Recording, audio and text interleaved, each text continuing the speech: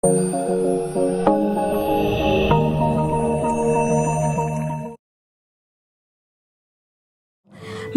pasalnya yang kelima ayat yang ketujuh mengatakan demikian. Tetapi aku, berkat kasih setiamu yang besar, aku akan masuk ke dalam rumahmu yang besar. Aku akan masuk ke dalam rumahmu, sujud menyembah ke arah baitmu yang kudus, dengan takut akan engkau.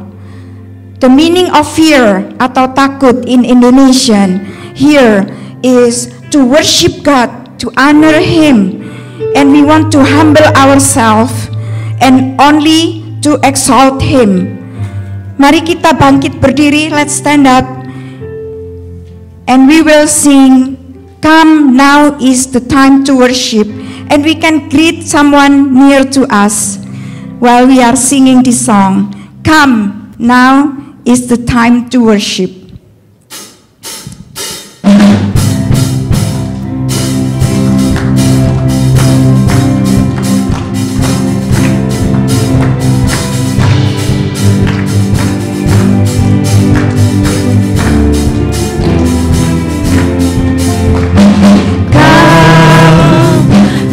It's the time to worship. Come, now is the time to give your heart. Come, just as you are to worship. Come, just as you are before your God. One day every tongue will confess. One day every tongue will confess you are God. One day every knee will bow. Still the greatest treasure remains for those who gladly choose you now. One day every tongue. One day every tongue will confess you are God. One day every knee will bow. Still the greatest treasure remains for those who gladly choose you now. Come, now is the time to worship. Come, now is the time to give your heart. Come, just as you are to worship. Come, just as you are before your God. One day.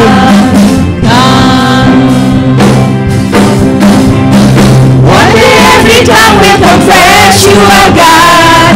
One day every knee will bow. Still the greatest treasure remains for those who gladly choose you now. Come, now is the time to worship. Come, now is the time to give your heart. Come, just as you are to worship. Come, just as you are before your God. Come,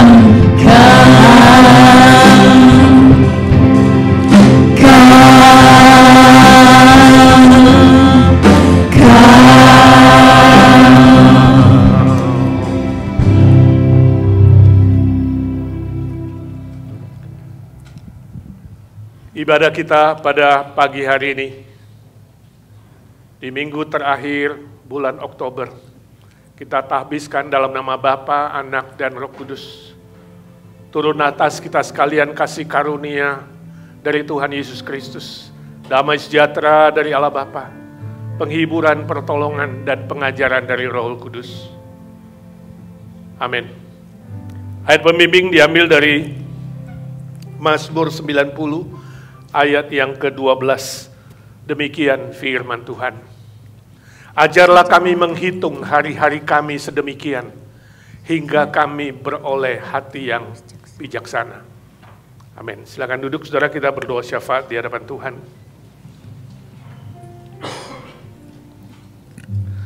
Bapa di sorga, kami mengucap syukur dan terima kasih. Sebab kesempatan demi kesempatan Kau berikan kepada kami. Boleh datang ke hadirat-Mu, duduk di rumah-Mu yang kudus, dan kami boleh beribadah kepada-Mu. Tolong kami ya Tuhan bisa fokus kepada pribadi-Mu dan karya-Mu. Hati kami di sini, pikiran kami di sini ya Tuhan. Ajar kami sungguh-sungguh menyembah-Mu lewat pujian, lewat doa, lewat firman, lewat semua program yang sudah dicanangkan. Kami saat ini ingin berdoa syafaat, ya Tuhan, buat Amerika yang minggu depan hari pemilu tiba Tuhan, Kau sendiri yang bekerja. Kau berkata Engkau yang mengangkat raja, Engkau menurunkan raja. Engkau yang mengizinkan siapa yang bertahta di bumi ini Tuhan, termasuk di Amerika. Kami mohon ya Tuhan, izinkanlah pemimpin yang takut akan Tuhan memimpin di negara ini. Kami tahu jelas kedua calon presiden tidak sempurna. Tapi Tuhan, kami rindu kalau boleh di Amerika ada platform, ada partai yang sungguh-sungguh memikirkan kesejahteraan rakyat, memikirkan kebenaran Tuhan. Hati nurani yang lebih sensitif. Kami rindu praktek-praktek moral yang tidak baik boleh dihentikan atau minimal dikurangi ya Tuhan. Bayi-bayi yang dibunuh boleh berkurang. Kriminal boleh berkurang. Kejahatan, korupsi, praktek-praktek amoral, pernikahan sejenis, penjualan senjata gelap, dan berbagai macam ketidakadilan, ketidakbenaran ya Tuhan boleh dihentikan atau paling tidak dikurangi ya Tuhan, dan hukum Tuhan boleh dilaksanakan. Jadikan Amerika negara pionir yang boleh memberitakan Injil Tuhan. Kami doakan gereja-gereja supaya mereka pun memberitakan kebenaran-Mu ya Tuhan, khususnya gereja-gereja Injili, gereja yang memegang firman Tuhan. Bulan ini bulan apresiasi hamba-hamba Tuhan, pendeta di Amerika ya Tuhan, di Kanada. Kami berdoa ya Tuhan untuk gereja-gereja Amerika, khususnya gereja yang liberal, yang hampir 50% itu Tuhan kasihani, supaya para hamba Tuhan, pendeta, penginjil, misioneri yang ngawur, yang menolak firman Tuhan, mereka boleh bertobat ya Tuhan, kembali ke jalan-Mu. Seperti Martin Luther memperjuangkan reformasi di abad 16 ya Tuhan. 31 Oktober adalah hari reformasi, berapa hari lagi akan dirayakan ya Tuhan. Amerika merayakan Halloween. Mereka lupa bahwa hari itu adalah hari reformasi, hari Alkitab sedunia. Biarlah Amerika boleh kembali kepada kebenaran firman Tuhan. Kami juga ya Tuhan lebih mencintai firman-Mu di negara kami tinggal ini ya Tuhan. Kami doakan pemilih-pemilih dalam pemilu supaya mereka sadar politik tidak hanya memikirkan kepentingan diri sendiri, tapi juga kepentingan seluruh rakyat. Kami serahkan Indonesia ya Tuhan. Penyerahan kekuasaan sudah terjadi Tuhan, Kau sendiri yang memberkati Indonesia juga. Supaya para pemimpin yang duduk di atas sampai paling rendah, mereka pun takut akan Tuhan. Indonesia boleh maju ya Tuhan. Bukan hanya dalam hal ekonomi, tapi juga dalam hal spiritual. Gereja Tuhan boleh lebih leluasa dibangun, Injil diberitakan, orang-orang dimenangkan kepada Tuhan. Di sana ada handai tolan family, keluarga kami, Tuhan lindungi, pelihara mereka. Yang sudah percaya boleh setia kepada Tuhan, yang tidak percaya mereka diberi kesempatan mendengarkan Injil, diselamatkan. Yang sakit Tuhan Engkau jamah, sembuhkan. Secara khusus kami doakan cicinya Ahau, Mariana, Yang masih koma ya Tuhan, kasihani. Sudah 1 minggu, bangunkan dia Tuhan. Beri dia kesempatan hidup bagi Tuhan, mengabarkan Injil, khususnya bagi keluarga yang belum percaya. Kasihani Tuhan. Jamah dia dengan mujizat-Mu. Kami doakan Lily Chang juga menunggu mujizat yang sempurna ya Tuhan. Setiap hari kami melihat ada kemajuan-kemajuan. Kami minta dengan sehati dalam nama Tuhan Yesus, tumpangkan tangan-Mu. Jamah otaknya, batang otaknya Tuhan, sembuhkan Engkau yang menciptakan itu Tuhan. Kami doakan untuk saraf-saraf motorik dan speech-nya Tuhan, supaya dia bisa berbicara dan berjalan. Kuatkan Barry Porung. Hiburkan, teguhkan iman. Porung family, Fences family, IGNC family, semua teman-teman yang terus setia berdoa, Tuhan curahkan mujizat-Mu ya Tuhan. Juga Ibu Nina, Tuhan sembuhkan dia. Setelah berulang-ulang dia harus menghadapi pengobatan ya Tuhan. Tuhan sembuhkanlah secara sempurna. Lilia juga menunggu jamahan-Mu Tuhan, persiapan operasi. Pak Hari jalani kemo sudah 2 kali Tuhan. Jauhkan dia dari side effect, biar dia kuat menyelesaikannya Tuhan. Ada banyak lagi yang lemah tubuh dan sakit yang tidak bisa kami sebut satu persatu ya Tuhan. Engkaulah yang menyembuhkan anak-anak-Mu ya Tuhan. Firman-Mu dalam Yeremia 33 ayat 6, Engkau berkata, Engkaulah yang menyembuhkan. Engkaulah yang memulihkan, memberi kesejahteraan dan kemakmuran. Kami berdoa Tuhan untuk setiap anak-anak-Mu yang datang berdoa. Entah masalah pekerjaan, buka jalan, siapkan pekerjaan. Masalah teman hidup, status, relasi. Masalah sekolah anak-anak remaja kami khususnya Tuhan. Curahkan mujizat-Mu Tuhan, curahkan. Kau tidak berubah ya Tuhan. Curahkanlah kuasa-Mu Tuhan, mujizat terjadi di tempat ini. Curahkanlah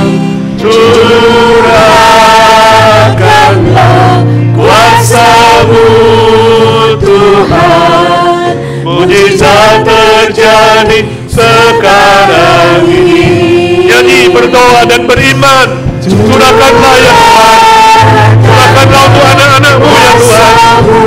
Engkau hanya berfirman ya Tuhan.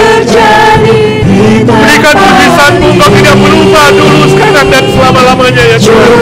Curahkanlah kuasa-Mu Tuhan, mujizat terjadi sekarang ini. Mujizat terjadi sekarang ini. Dalam nama Tuhan Yesus Kristus yang bangkit dari kematian itu, kami berdoa dan memohon mujizat Tuhan. Amin. Yang percaya berkata amin. Tetap berdiri, mari kita mau membacakan pengakuan iman rasuli, Apostles' Creed. Aku percaya kepada Allah, Bapa yang Maha Kuasa, Khalik langit dan bumi, dan kepada Yesus Kristus, anaknya yang tunggal Tuhan kita, yang dikandung daripada Roh Kudus, lahir dari anak darah Maria, yang menderita sengsara di bawah pemerintahan Pontius Pilatus, disalibkan, mati dan dikuburkan, turun ke dalam kerajaan maut. Pada hari yang ketiga bangkit pula dari antara orang mati, naik ke surga, duduk di sebelah kanan Allah Bapa yang Maha Kuasa. Dan dari sana Ia akan datang untuk menghakimi orang yang hidup dan yang mati. Aku percaya kepada Roh Kudus, gereja yang kudus dan am, persekutuan orang kudus, pengampunan dosa, kebangkitan tubuh, dan hidup yang kekal. Amin. Silakan duduk. Ini waktunya untuk kita memberi. Bukan hanya hati kita, tetapi kita mau memberi uang kita yang sudah datang dari Tuhan.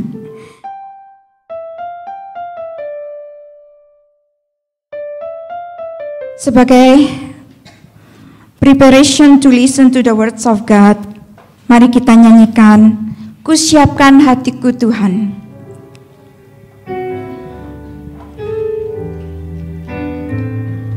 Kita mau memfokuskan hati dan pikiran kita hanya untuk Tuhan. Kusiapkan hatiku Tuhan untuk dengar firman-Mu saat ini.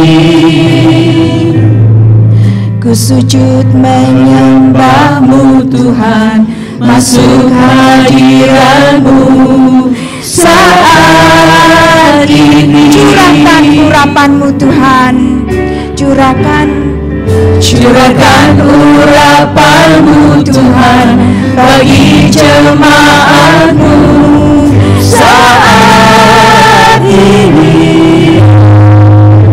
Ku siapkan hatiku Tuhan untuk dengar firman-Mu. katakan firman-Mu Tuhan. Firman-Mu Tidak pernah berubah dari dahulu sampai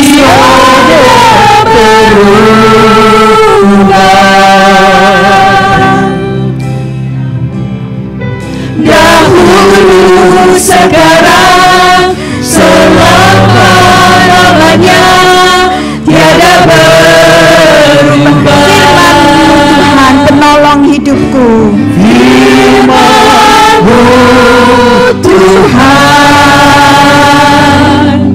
penolong hidupku. Ku siapkan hatiku Tuhan untuk dengar Katakan firman-Mu Tuhan. Firman-Mu Tuhan tiada berubah.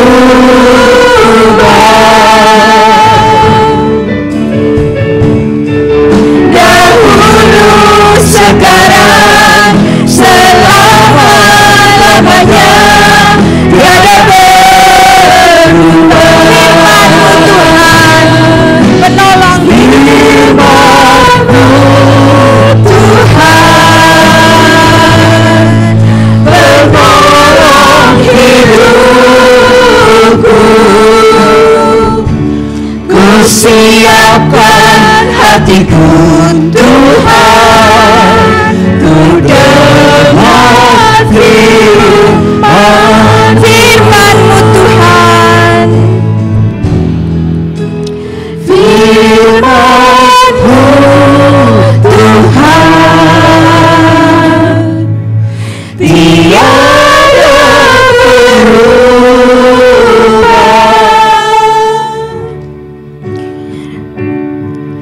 Dahulu, sekarang, selama-lamanya, tiada berubah. Firman-Mu Tuhan. Firman-Mu Tuhan penolong hidupku. Ku siapkan hatiku Tuhan untuk dengar. Hatiku telah siap Tuhan. Hatiku telah siap Tuhan untuk dengar firman-Mu.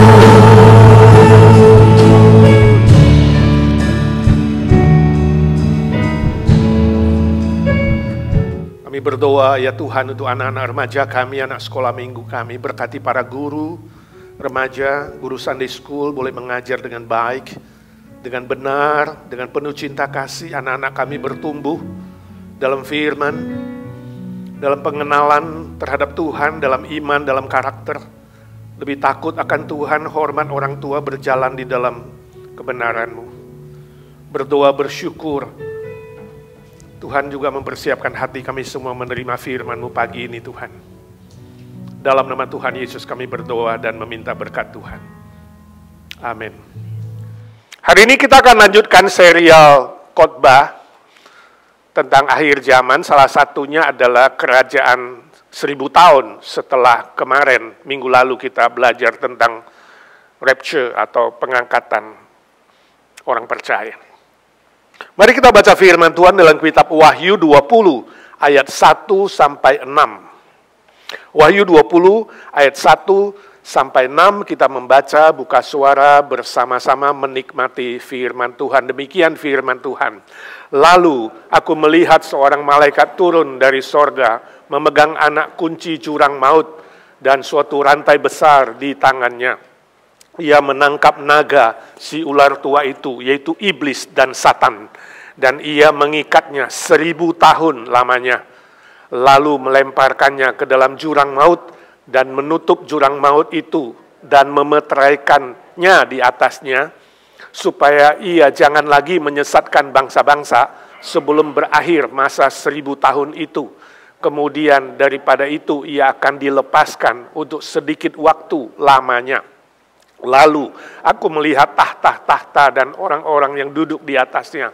Kepada mereka diserahkan kuasa untuk menghakimi. Aku juga melihat jiwa-jiwa mereka yang telah dipenggal kepalanya karena kesaksian tentang Yesus dan karena firman Allah, yang tidak menyembah binatang itu dan patungnya, dan yang tidak juga menerima tandanya pada dahi dan tangan mereka. Dan mereka hidup kembali dan memerintah sebagai raja bersama-sama dengan Kristus untuk masa 1000 tahun. Tetapi orang-orang mati yang lain tidak bangkit sebelum berakhir masa yang 1000 tahun itu. Inilah kebangkitan pertama. Berbahagia dan kuduslah dia yang mendapat bagian dalam kebangkitan pertama itu. Kematian yang kedua tidak berkuasa lagi atas mereka. Tetapi mereka akan menjadi imam-imam Allah dan Kristus, dan mereka akan memerintah sebagai raja bersama-sama dengan dia 1000 tahun lamanya. Suatu kali ada dua sahabat, mereka lagi berbicara, A dan B. Si A berkata kepada temannya, ayo kita main kuis, main teka-teki, tebak-tebakan. Lalu B mengatakan, tebak-tebakan apa? Lalu A bilang, begini, saya mengajukan pertanyaan untuk diri saya, kalau saya bisa jawab, kamu kasih saya hadiah. Makan siang, katakanlah, ya. Lalu kamu mengajukan pertanyaan untukmu, dan kalau kamu bisa jawab untuk dirimu, aku yang belikan kamu makan siang. Loh, ini teka-teki apaan katanya? Aneh sekali, masa tanya sama diri sendiri, lalu jawab diri sendiri? Iya, kata A. Oke lah. Walaupun agak aneh teka-tekinya, kompetisinya, kita mulai aja, kata B. Baik, kata A. Pertanyaan saya untuk saya adalah, kenapa kelinci, seekor kelinci, bisa menggali lubang, tapi tanahnya nggak dikeluarin? Saya pikir jawabnya, pasti kelinci itu menggalinya dari dalam. Lalu temannya mengatakan, loh kok bisa? Nah itu pertanyaan kamu jawab. Jadi temannya kalah. Saudara, ini hanya sebuah ilustrasi tentang misteri, tentang hal yang aneh, hal yang membingungkan. Berbicara soal kerajaan 1000 tahun, terus terang hal yang membingungkan, hal yang misteri, hal yang teka-teki. Sampai hari ini tidak ada jawaban yang persis. Apakah kerajaan 1000 tahun itu? Khotbah, diskusi, perdebatan tentang kerajaan 1000 tahun hanya berdasarkan bagian ini dari seluruh Alkitab, Wahyu 20 ayat 1 sampai 6. Hanya muncul di bagian ini. Istilah 1000 tahun dalam bahasa Yunani Kilios, dalam bahasa Latin millennium, ya. 1000 menjadi sebuah istilah yang terkenal di dalam doktrin akhir zaman. Sehingga istilah milenial diambil dari istilah milenium ini. hanya dari 6 ayat ini, kemudian muncullah doktrin kerajaan 1000 tahun yang hari ini berkembang menjadi 3 pandangan.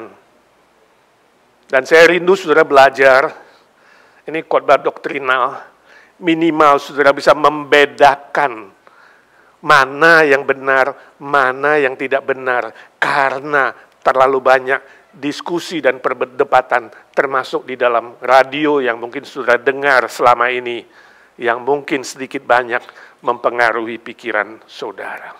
Ada 3 golongan pengertian kerajaan 1000 tahun. Yang pertama disebut golongan post-millennialism. Disingkat post-mil. Ya, post-mil artinya sesudah 1000. Jadi post itu sesudah, pasca. Ya. Sesudah 1000 tahun. Nah, golongan ini percaya bahwa Yesus Kristus akan datang kembali ke dunia ini sesudah kerajaan 1000 tahun. Di bumi ini. Sesudah 1000 tahun. Nah, 1000 tahun itu adalah makna simbolik. Sebuah periode yang sangat panjang. Dan di dalam periode yang sangat panjang itu, dunia ini makin lama akan makin membaik. Dunia ini makin lama akan makin tenang, makin makmur. Dan setelah mencapai masa kemakmuran atau masa keemasan itu, 1000 tahun itu, ya, maka Yesus akan datang kembali. Dalam segala aspek dunia ini bakal membaik. Sebab apa? Sebab Tuhan itu maha baik.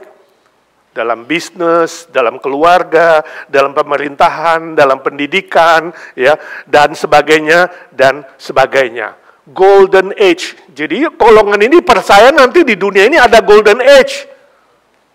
Masa 1000 tahun dan setelah itu Yesus datang kembali. Dan baru hidup selama-lamanya. Itu namanya eternal age. Masa kekekalan. Tapi saudaraku, pandangan ini menjadi masalah. Sebab apa? Sebab ternyata di bumi kita, di dunia kita tidak makin baik. Sejak dari Yesus naik ke sorga sampai hari ini, kita menunggu kedatangannya kedua kali, bumi kita, dunia kita tidak membaik, justru makin memburuk. Gak ada pandangan menuju ke golden age itu. Orang-orang menganggap, itu hanya pandangan utopia. Ya, pandangan idealis, sebuah cita-cita yang belum tentu akan terjadi. Khususnya kapan? Khususnya ketika bumi ini, dunia kita, terjadi perang dunia pertama dan perang dunia kedua. Banyak sekali manusia yang dibantai dan dibunuh, dan banyak sekali korban. Dan sejak perang dunia pertama dan kedua itulah pandangan post-mil ini mulai ditinggalkan. Wah, salah ini. Salah tafsir ini. Gak mungkin di bumi kita tambah baik. Ternyata bumi kita tambah buruk. Nah, saudara, kalau kita memperhatikan ajaran Tuhan Yesus dan ajaran Alkitab, Alkitab sendiri tidak mengatakan dunia akan lebih membaik. Yesus dari khotbah di akhir zaman mengatakan bumi akan makin memburuk, akan terjadi perang, akan ada bencana, akan ada sakit penyakit, dan lain sebagainya, dan lain sebagainya. Justru dunia kita akan makin buruk. Jadi pandangan post-mil mulai ditinggalkan sejak perang dunia kedua terjadi. Lalu yang kedua adalah golongan pre-millennialism. Pre artinya sebelum, disingkat pre-mil. Artinya sebelum 1000 tahun. Nah, golongan ini percaya bahwa Yesus akan datang kembali sebelum ada kerajaan 1000 tahun. Sebelum ada kerajaan 1000 tahun. Jadi kedatangan Yesus kedua kali ini adalah bersifat double stage, 2 tahap. Tahap pertama, Yesus akan datang di bumi ini, dan kemudian dia akan membangun kerajaan 1000 tahun. Dan tahap kedua adalah setelah selesai 1000 tahun, baru Yesus datang kedua kali menghakimi dunia ini dan masuk ke masa kekekalan selama-lamanya. Jadi Yesus datang pertama di awan-awan, seperti yang kita bahas minggu lalu. Ya, lalu orang-orang Kristen, orang-orang percaya apa? Rapture, diangkat. Bersama-sama dengan Tuhan. 7 tahun rapture-nya. Ya, di atas. Minggu lalu kita udah bahas, bagi saudara yang tidak lihat videonya bisa nanti lihat di YouTube. Ya, selama 7 tahun Kristus dan orang-orang percaya masuk ke pesta perkawinan anak domba. Kita akan pesta-pesta, saudara. 7 tahun. Sementara di bumi terjadi sengsara besar, Great Tribulation. Orang Kristen gak ikut-ikutan. Ya, pesta-pesta gitu.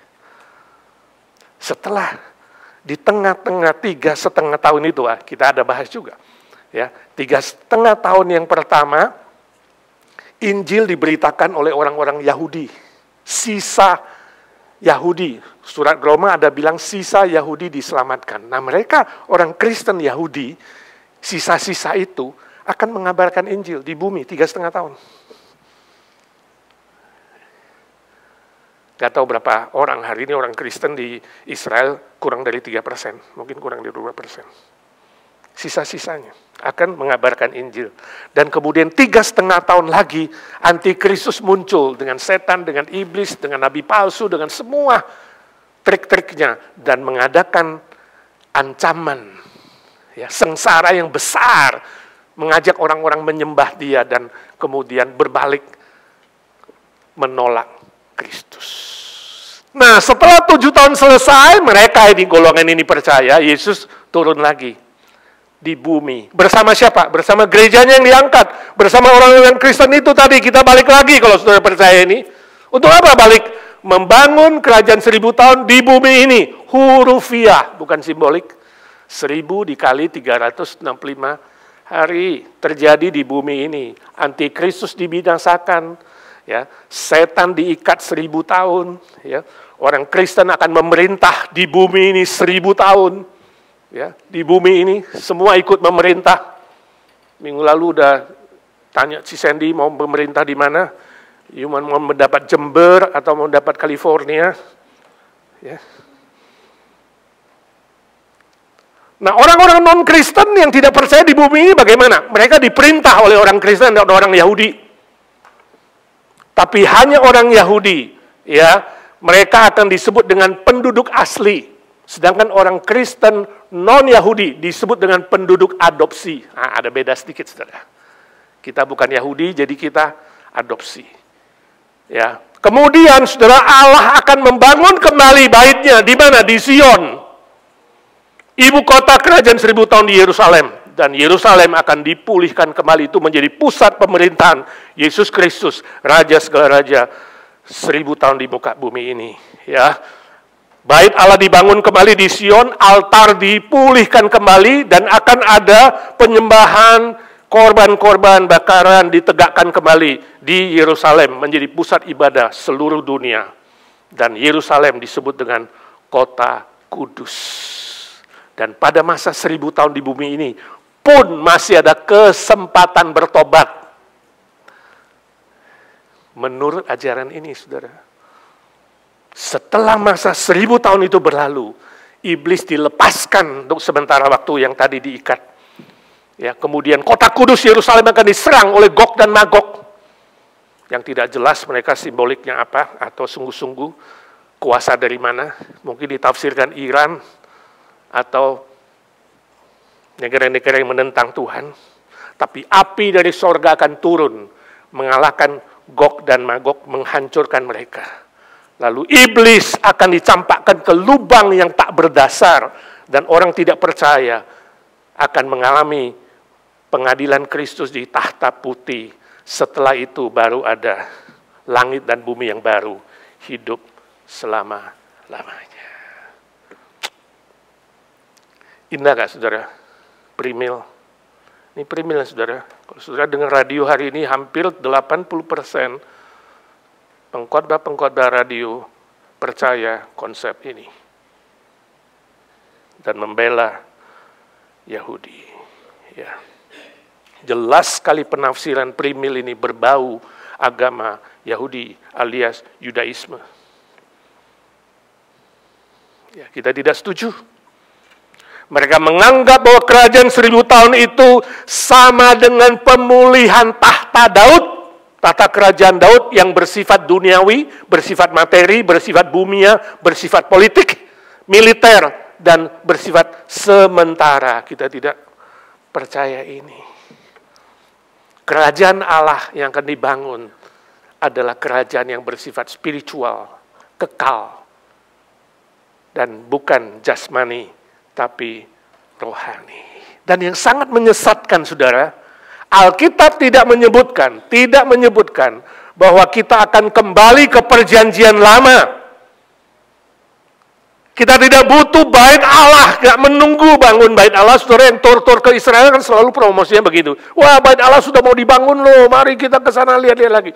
Saya bilang sama tour leadernya waktu itu, yang promosi, saya bilang, hati-hati kamu orang Kristen, ngaku pendeta lagi. Ya, kita tidak pernah promosi bait Allah dibangun kembali di Yerusalem, dan kemudian terjadi lagi kita perlu korban persembahan di situ. Tidak perlu. Itu penyesatan, saudara, itu kesalahannya paling besar. Sebab mereka, Yudaisme, menolak korban sempurna dari Yesus Kristus di atas kayu salib. Ingat, lebih 97% Israel menolak Kristus hari ini sebagai Mesias. Walaupun secara darah mau disebut Israel pilihan, tapi pilihan yang sesungguhnya ada di dalam Yesus Kristus. Bukan soal darah. Kita tidak membutuhkan korban penebusan dosa, penebusan salah, korban-korban lain seperti perjanjian lama. Ketika Yesus di atas kayu salib, dia berkata, genaplah, selesai. Selesai seluruh perjanjian lama. Selesai hutang dosa manusia, barang siapa yang percaya kepada Kristus, dia diselamatkan. Sebab dia korban yang sempurna. Kalau saudara hari ini masih percaya kelak akan bangun bait Allah dan perlu korban bakaran, korban pengakuan dosa, korban penebus salah, saudara menghina salib Kristus. Seolah-olah salib Kristus tidak sempurna. Hati-hati dengan ajaran yang sedemikian. Alkitab juga tidak mengatakan bahwa kedatangan Yesus kedua kali itu adalah 2 tahap. Enggak bilang. Jadi kedua kali itu gak 2 kali, bahkan 3 kali, enggak. Alkitab mengatakan hanya 1 kali. Kedatangan pertama adalah sebagai juru selamat menebus dosa, kedatangan kedua adalah sebagai hakim seluruh umat manusia. Kita hafal setiap minggu pengakuan iman rasuli, dia akan datang kembali menghakimi manusia di bumi ini. 1 kali. Dan barang siapa yang percaya di dalam Kristus, sudah tidak ada perbedaan Yunani dan Yahudi. Gak ada perbedaan laki-laki dan perempuan, tidak ada perbedaan budak dan orang yang bebas, semuanya sama di mata Tuhan, tanpa diskriminasi. Jadi jangan minder kalau saudara bukan Yahudi, saya bukan Yahudi, saya gak minder. Sebab di dalam Kristus kita menemukan identitas kita, status kita sebagai anak Allah di dalam Yesus Kristus. Dan sungguh tidak alkitabiah dan membingungkan, bukan? Di masa kerajaan 1000 tahun, kita yang sudah diangkat dapat tubuh yang baru. Kita memerintah orang-orang yang tubuh yang lama. Bayangkan di bumi ini ada 2 jenis manusia. Kita punya tubuh kebangkitan, hidup memerintah mereka yang gak diubah tubuhnya. Yang masih tubuhnya tubuh lama. Kita tubuh baru. Ini membingungkan sekali di masa kerajaan 1000 tahun di bumi ini. Ya, jadi hati-hati sekali, saudara. Kalau mau hurufiah, harus fair hurufiah. Seluruh pasal ini, atau seluruh ayat ini harus hurufiah. Misalnya ayat kedua, iblis dirantai. Saya tanya, rantainya apa ya? Iblis kalau dirantai. Kalau mau hurufiah ya, iblis dirantai dengan apa ya? Diikat. Mau diikat dengan apa? Jadi jangan, ini hurufiah, ini enggak hurufiah. Jadi penafsiran hanya dalam satu perikop, 2 ayat saja bisa sangat-sangat berbeda. Yang ketiga disebut dengan amillennialism atau amil. A artinya tidak. Jadi amil itu adalah tanpa kerajaan 1000 tahun. Amil. Ini adalah pandangan dari Bapak gereja di Kisah Rasul sampai kepada reformasi ini diperbaharui, ditegakkan kembali, ditegaskan kembali. Bahwa kerajaan 1000 tahun itu bukan hurufiah di bumi ini, tapi simbolik. Kenapa amil? Sebab dari 6 ayat yang kita baca ini tadi, tidak ada satu kali pun muncul kerajaan. Nggak ada istilah kerajaan. Nggak ada istilah kerajaan, kenapa muncul doktrin kerajaan 1000 tahun. Yang ada adalah 1000 tahun. Nggak ada istilah kerajaan. Memang kalau kita membaca kitab Wahyu seluruhnya, dan juga Injil, berapa kali Yesus ada bicara soal kerajaan Allah, kerajaan sorga. Tapi sekali lagi bukan kerajaan yang bersifat politik, ekonomi, ya, senjata, atau jasmani, materi, bukan. Yesus selalu berbicara soal kerajaan yang bersifat rohani, sorgawi, keselamatan yang sejati, kerajaan yang kekal selama-lamanya. Rasul Paulus mengulangi itu di Roma 14, dan sudah pulang baca Roma 14 ayat 17, dia katakan kerajaan Allah adalah soal damai sejahtera. Damai sejahtera, hubungan dengan Tuhan dan hubungan dengan manusia, bukan soal jasmani dan materi. Damai sejahtera karena pengampunan dosa oleh kematian Yesus Kristus. Sangat tegas Rasul Paulus memiliki konsep yang sama.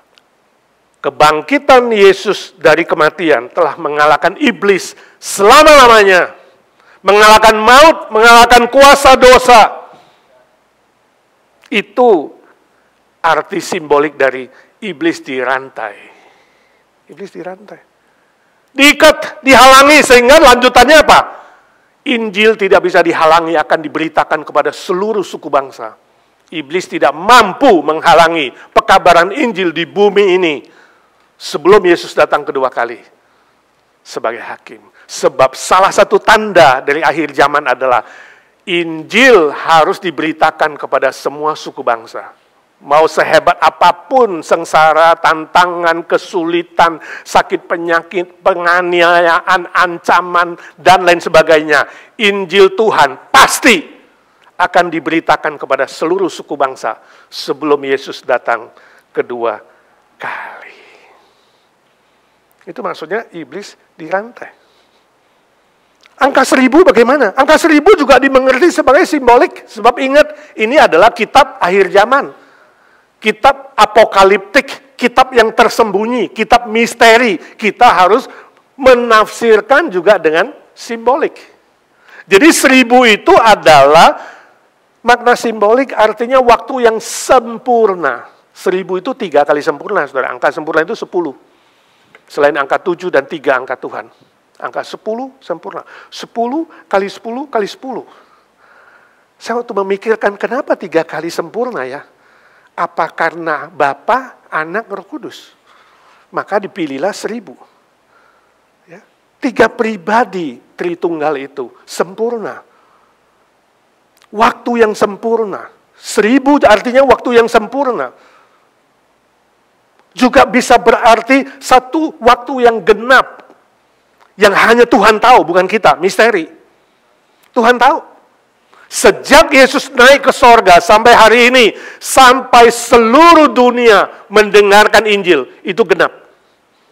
Dan Alkitab mengatakan ketika genap waktunya, maka Kristus akan kembali untuk menghakimi seluruh umat manusia.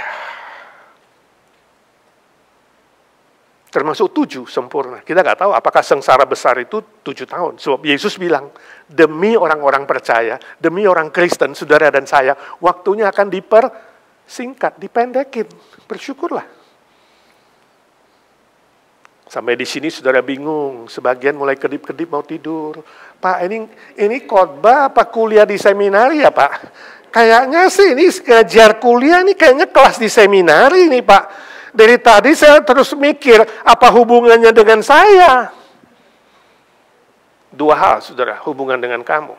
Pertama, kalau saudara belum percaya kepada Tuhan Yesus, kalau kamu belum yakin keselamatanmu, itu pasti hari ini adalah hari keselamatanmu. Jangan tunggulah kalau kerajaan 1000 tahun udah datang, baru bertobat karena masih ada kesempatan. No, kamu tidak tahu hari besok. Hari ini adalah hari keselamatanmu. Jangan sampai terlambat. Sebab kedatangan Yesus kedua kali bersifat tunggal, bukan double. Tunggal, hanya satu kali. Kemudian begitu dia datang, yang masih hidup akan terangkat. Yang sudah mati akan dibangkitkan dan masuk ke dalam last judgment. Gak ada tunggu-tunggu, eng-eng, senang-senang 1000 tahun. Ya, lihat orang susah, gue seneng-seneng gitu, gak ada. Langsung. Gak ada kesempatan untuk bertobat lagi pada saat itu. Yang ada adalah kerajaan sorga, kerajaan Kristus yang kekal selama-lamanya. Selama-lamanya. Saya gak yakin akan ada lagi bumi. Bumi ini akan hangus oleh api, kata Rasul Petrus. Akan menjadi seperti neraka.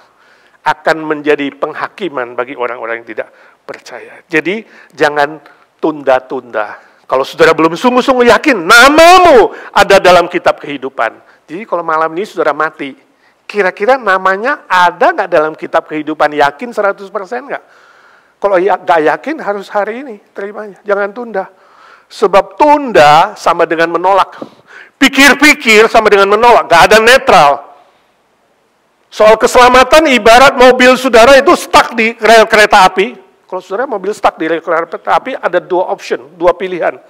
Pilihannya apa? Rela didorong, atau maju, atau saudara selamatkan diri, atau saudara biarkan di situ. Jadi kalau pikir-pikir dulu, ini gua stuck nih di rel kereta api, pikir-pikir dulu ya, mati. Nanti aja, tunggu yang enggak, harus saat itu. Demikian mendesaknya keselamatan. Alkitab mengatakan hari ini adalah hari keselamatanmu. Bukan besok, bukan nanti. Hari ini. Sebab kamu tidak tahu hari besok. Saudara bilang, Pak, tapi tunggulah, aku perlu bukti, Pak. Susah kan percaya. Masa Yesus mati di salib, saya diampuni? Ya tapi kan dia bangkit dari kematian. Aduh gimana ya Pak, perlu bukti lah. Hidup di dunia kan perlu bukti loh Pak. Gak bisa main asal percaya-percaya aja loh. Saudara, ada banyak hal di bumi ini saudara gak perlu bukti loh. Contoh, saudara naik pesawat ke Indonesia. Saudara yakin ada pilotnya? Saudara minta bukti gak? Gua mau ketemu pilotnya, gua mau lihat. Oh ini pilotnya, saudara lihat dulu orangnya. Ini pemabok gak? Ini dulu waktu sekolahnya nyontek gak ada bukti gak? Lu dulu sekolahnya bener. Bisa nggak salah? Bisa, ada pilot-pilot yang mabok sebelum terbang, lalu terjadi accident. Kamu nggak pernah tanya bukti? Ayo kamu ke dokter, tanya bukti nggak? Dok, dulu lulusan mana ya dok? Hah? Undip atau undap? Dulu dokter nyontek nggak ya? Karena kata Menteri Kesehatan di Indonesia, dokter itu setengah itu lulusnya nggak benar. Dokter lulusnya benar, kamu nggak pernah tanya. Ya kan, dokter cuma bilang, coba buka mulut, lihat lidah, Oke, kasih obat ya. Kalau 3 hari gak sembuh, balik ya. Artinya apa? Gue coba-coba dulu. Gue gak ngerti ya, lu sakit apa. Kan gitu. Yuk terima, saudara terima. Beli obat di apotek. Yang baca bukan apoteker lagi. Yang baca siapa? Abang-abang, mas-mas. Lulus SMP aja enggak. Ini apa nih tulisan cacing? Saya pernah beli obat untuk anak saya di Indonesia. Saya yang bantuin baca. Sini deh saya baca deh kalau nggak bisa baca. Tapi aneh, kita percaya terima itu obat bawa pulang bisa salah nggak? Tetap kasih ke anak. Percaya tanpa bukti. Ayo beli makanan. Ini minta bukti nggak? Ini bersih nggak ini tadi? Tadi waktu masak di kitchen diludahin nggak? Nggak pernah nanya. Nggak pernah nanya. Nggak minta bukti, nggak pernah terima, nanti makan siang. Ini yang masak siapa ini? Bersih nggak ini? Nggak pernah, saudara, apa aja masuk ke dalam perut. Poin saya ini loh, saudara, terhadap manusia yang bisa salah, you bisa percaya tanpa bukti. Terhadap benda, kamu bisa percaya tanpa bukti. Kenapa terhadap Yesus Kristus, yang sudah ada bukti, dia bangkit dari kematian, catatan kuno di museum di seluruh dunia, lebih 10.000 keping. Dan harganya 1 keping jutaan dolar. Kamu mau bukti apa lagi, saudaraku? Mungkin bukan saudara, Pak, bukan saya, jangan malah galak gitu dong, Pak. Mungkin bukan kamu, tapi mungkin saudaramu, familimu, kamu waktu cerita tentang Yesus, mereka mau bukti. Kasih contoh. Banyak hal di bumi kita tidak minta bukti. Kalau terhadap Tuhan yang sudah ada bukti sejarah, kita minta bukti, itu gak fair. Itu punya catatan dari abad pertama loh. Kamu aja percaya bahwa kakekmu itu adalah kakekmu. Bisa nggak dulu Cisendi itu sebenarnya, ya, kakekmu itu papamu lah, nggak usah kakek. Papamu palsu, dulu kamu diambil di tong sampah, dibuang-buang bayi, ya kan? Bisa kan? Lalu dibawa pulang suruh panggil, papa. Tahu-tahu bukan. Kamu nggak pernah minta bukti. Ayo, siapa yang masih tahu nama kakeknya? Coba angkat tangan. Ada nggak nama kakek? Angkat tangan. Nama engkong. Papanya engkong. Nah, mulai dikit deh. Engkongnya engkong. Oh, masih tahu nih. Komartinus 7 keturunan. Ya, 7 keturunan di atas Komartinus. Langsung geleng-geleng. Bayangkan Yesus itu silsilahnya dari abad pertama loh, saudara. Sampai sekarang. Bukti sejarah ada. You boleh gak percaya Alkitab. Bukti sejarah ada. Mau bukti apa lagi? Jadi, bertobatlah hari ini juga. 1, 2, 3. Bertobatlah hari ini juga.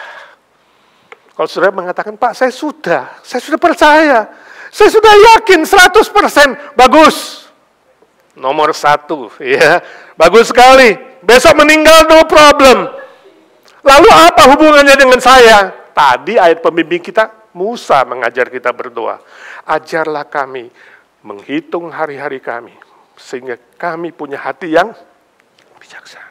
Ini loh saudara, orang Kristen yang sudah percaya, yakin namamu dalam kitab kehidupan, bukan juga hidup enak-enak. Kenapa ya dikasih panjang umur? Jangan-jangan supaya gue makan lebih banyak biar lebih gendut? Bukan. Jangan-jangan gue cuma harus keliling dunia? Bukan. Memakai waktu dengan bijaksana. Bukan lagi mengumpulkan hal-hal yang jasmani yang sementara, tapi mengumpulkan hal-hal yang bersifat kekal, pahala di sorga. Jadi banyak hal-hal di bumi ini kita harus ubah pikiran kita. Pepatah Indonesia mengatakan, waktu adalah, time is, nah itu salah. Lu hari ini dikasih money, ya, ingat gak zaman COVID, lu punya money seberapa? Kalau nyawa terancam, baru mengerti nyawa lebih penting dari uang. Uang penting bukan terpenting. Jangan fokuskan hidupmu hanya kejar uang. Itu sebabnya Musa mengajar kita. Ajar kami menggunakan waktu ini, supaya waktu bukan hanya kumpulkan uang, waktu untuk mengumpulkan nilai-nilai kekal di sorga, sehingga ketemu Tuhan, bukan tangan kosong. Rasul Paulus kemudian dengan konsep doa Musa ini, dia menuliskan firman Tuhan di dalam Efesus pasal 5. Pergunakan waktu yang ada, sebab hari-hari ini ada iblis yang jahat, yang akan mengambil waktumu. Ketika kamu tidak pakai, iblis pakai. Itu kamu pakai, iblis bilang, oke, gua ngambil. Dia pakai waktumu, dia goda kamu, dia cobain kamu, supaya kamu habiskan waktumu sebanyak mungkin untuk hal-hal yang sementara. Ayo kerja, banting tulang, 10 jam, 12 jam, 15 jam, kemudian mati duluan. Ya. Ayo kerja terus, makan ini. Lalu kemudian kamu sakit dan gak bisa bangun. Iblis pintar sekali.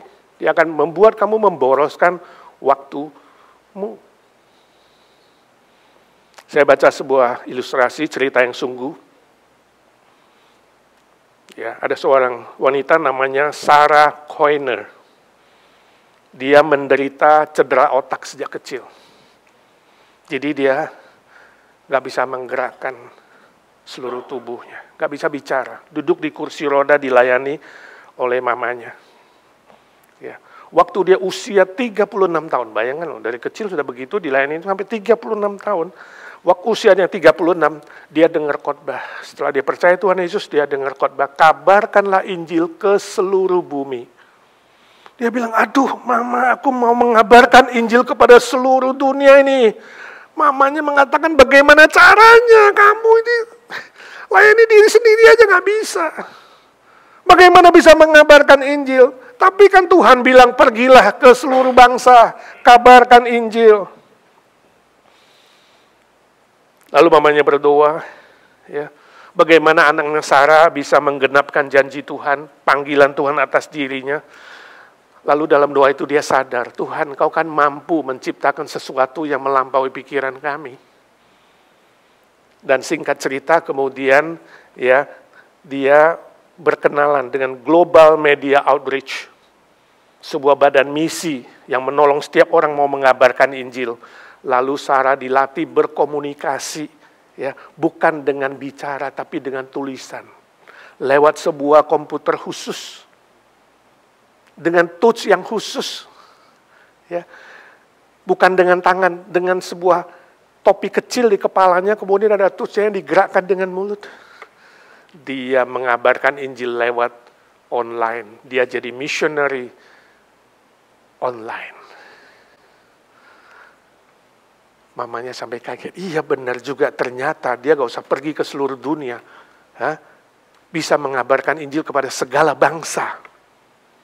Dan banyak orang lewat pelayanan Sarah ini menerima Tuhan Yesus sebagai Juru Selamat. Saya baca itu terharu.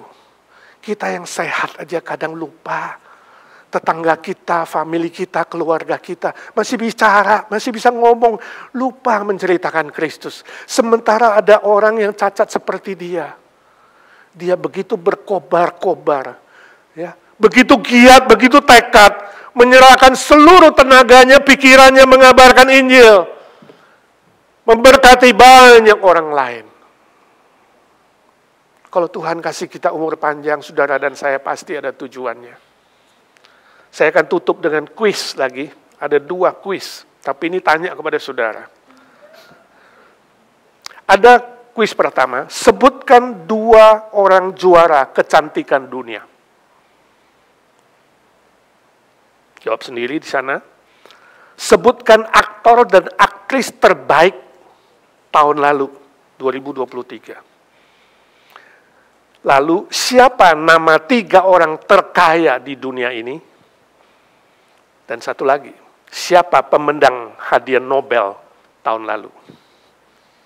Siapa yang tahu 4 pertanyaan ini angkat tangan. Atau siapa yang nggak tahu? Saya yakin saudara tidak bisa jawab, saya aja nggak bisa jawab.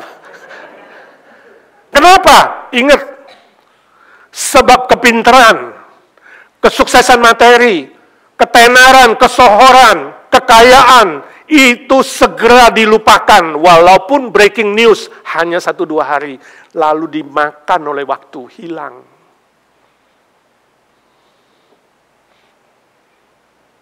Hilang. Baru di bumi aja, jangankan di surga, di bumi aja sudah gak diingat. Walaupun you pernah jadi businessman sehebat apa di Indonesia kayak di mana kayak dilupakan. Jagoan apa dilupakan. Sekarang kuis kedua. Sebutkan 3 orang yang pernah membantu saudara ketika saudara kesulitan dan butuh pertolongan. Sebutkan nama 3 orang guru yang pernah mengajar saudara dengan baik. Sebutkan 3 orang teman baik yang menguatkan saudara waktu lemah, menghibur saudara waktu saudara sedih. Siapa bisa jawab? Semua tangan, saya yakin yes. Sebab apa? Kebaikan, kesaksian, ya, perbuatan yang menolong orang lain, berkat, pengabaran Injil dan lain-lain, itu diingat. Di bumi aja kita ingat sudah bertahun-tahun lalu. Apalagi di sorga, diingat selama-lamanya. Jadi jangan kamu bayangkan ketemu Tuhan, Tuhan akan tanya, sudah punya berapa mobil? Enggak. Sudah punya berapa rumah? Enggak. Atau sudah punya berapa cucu? Kalau di Indonesia, kalau di sini kan kita kalau udah umur segini kan, kayak saya udah senior ini, tanyanya cucu udah. Dulu masih tanya, mobilmu apa? Sekarang cucu berapa? Beda. Tapi di surga enggak tanya. Kira-kira ketemu Tuhan, Tuhan ngomong apa? Pernah nggak saudara pikir? Atau dibalik deh, kalau saudara ketemu Tuhan, kamu mau ngomong apa? Kalimat pertama. Kalimat pertama ngomong apa sama Tuhan? Halo. How are you doing? Ngomong apa? Kalau saya pikir-pikir, saya gak berani ngomong apa-apa. Saya hanya diam. Justru yang mengerikan itu, Tuhan ngomong apa? Tuhan ngomong apa kalimat pertama ketika lihat kamu? Ini yang lebih mengerikan. Saya rindu kita semua bertemu dengan Tuhan. Tuhan bilang, mari hambaku yang baik dan setia. Masuklah ke dalam kebahagiaan Tuhanmu selama-lamanya. Amin. Mari kita doa. Ya Tuhan Yesus, suara hamba-Mu sudah berhenti. Kami mohon suara Roh Kudus terus bekerja dan berbicara di hati, di pikiran kami.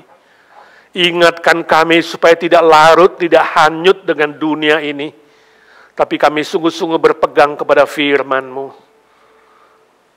Dan terus memakai waktu yang Tuhan berikan kepada kami dengan bijaksana. Tuhan berikan hikmat sorgawi. Supaya kami tidak hanya mengejar hal-hal yang sementara di dunia ini.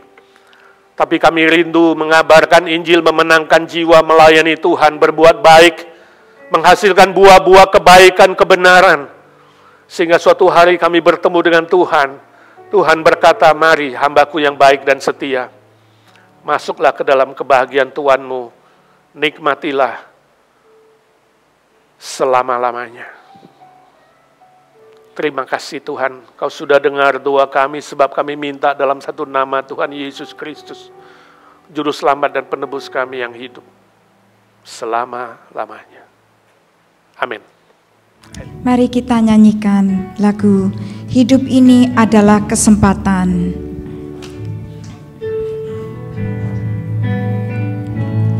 Hidup ini adalah kesempatan. Hidup ini untuk melayani Tuhan. Jangan sia-siakan waktu yang Tuhan beri. Hidup ini hanya sementara.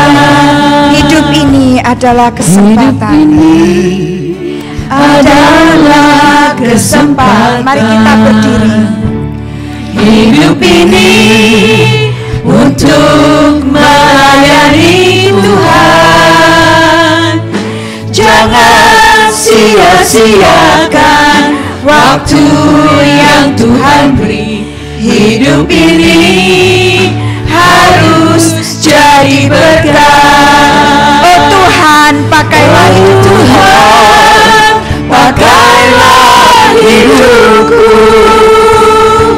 Selagi aku masih kuat, bila saatnya nanti ku tak berdaya lagi. Hidup ini sudah bila saatnya.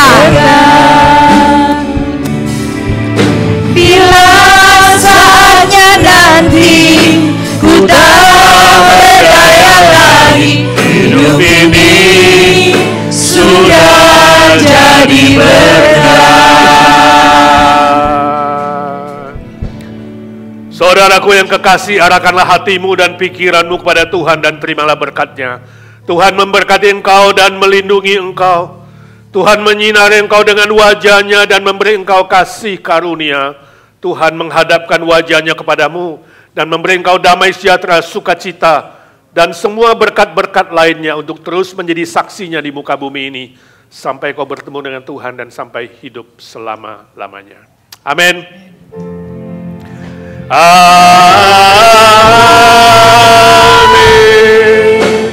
Amin. Amin.